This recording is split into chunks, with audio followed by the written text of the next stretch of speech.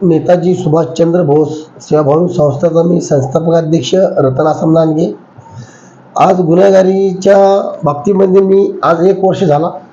1 वर्षापासून जालना जिल्ह्याचं नाव इतकं खराब झालं आहे आणि त्या जालना जिल्ह्याचं नाव खराब असून पोलीस प्रशासनाचं नाव सुद्धा खराब झालं आहे। जिल्हा अधिकाऱ्याला लोक नाव ठेवते, SP साहेबांना नाव ठेवते, पोलीस स्टेशनच्या अधिकारी लोकांना नाव ठेवते की तुमच्या जालना जिल्ह्यामध्ये तुम्ही इतकं बळ असून सनी लोक आज खुलेआम जर कट्टे बंदुकी वापरतात तर त्याला हे परमिशन कोण देतं? आणि ते कट्टे असून सनी डायरेक्ट ते दिनदाडे लोकांवर गोळीबार करायला लागले।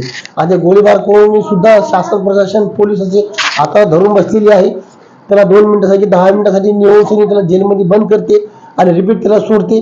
डायरेक्ट तो डबल येऊन बंदुकी त्याला तुम्ही वापस देता, डबल ते बंदुकी खरेदी करता। याच्यामुळे त्याला माजमाना येऊन मस्ती येऊन गोरगरीब लोकांना त्यांची भीती निर्माण झाली आहे।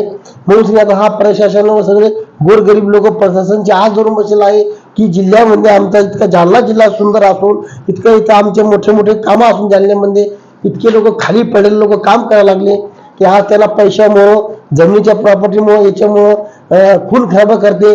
भाऊ भावाचा खून करायला लागला, बाप लेकाचा खून करायला लागला, मित्र मित्राचा खून करायला लागला। हे पैशामुळं पट्टी बांधली त्यांच्या डोळ्यामुळे आहे। तर शासनाने त्या लोकांवर अशी कडक कारवाई करावा की ज्यावर बंदूक व पिस्तूल त्यापाशी सापडली त्याची जामीन कताही होणार नाही आणि त्याची जर जामीन नाही झाली तर त्यांना दंड बसल। त्यांना समजल की आपण हे अशा हत्यार जवळ ठेवतो आणि आपली जामीन होत नाही 2-2, 4-4 वर्ष। तर त्याला तर तुम्ही एक दिवसात सापडले की 4 वर्षानंतर तुम्ही त्याला जामीन देऊन टाकायला लागले। हा कायद्याचा तुम्ही, संविधानाचा तुम्ही हा अपमान करता आणि त्याचा तुम्ही भंग करता। डॉक्टर बाबासाहेब आंबेडकरांनी तुम्हाला संविधानामध्ये तुम्हाला ही जागा दिली आहे तर गुंड्यांना आळा घालण्यासाठी व त्यांना शिक्षा देण्यासाठी। तुम्ही त्यांना डोक्यावर बसण्यासाठी तुम्हाला त्यांना संविधान दिलेलं नाही।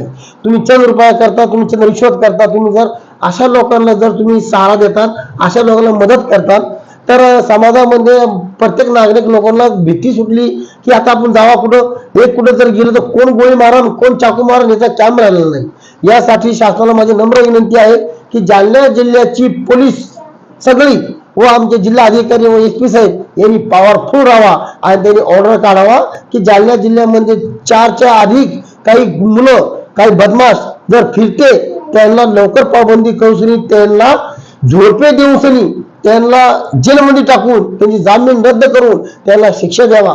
त्यावेळेस जालना जिल्ह्याचं नाव होईल आपलं आणि जालना जिल्ह्यातला पोलीस प्रशासनाचा धन्यवाद होईल। म्हणून मी साहेबांना नम्र विनंती करतो की समाजासाठी नाही की तुमच्या स्वतःच्या आबरूसाठी तुम्ही हे काम ताबडतोब करा की गुंडा मावळ्याला तुम्ही धरून त्याला सबक शिकवा, ही माझी विनंती आहे।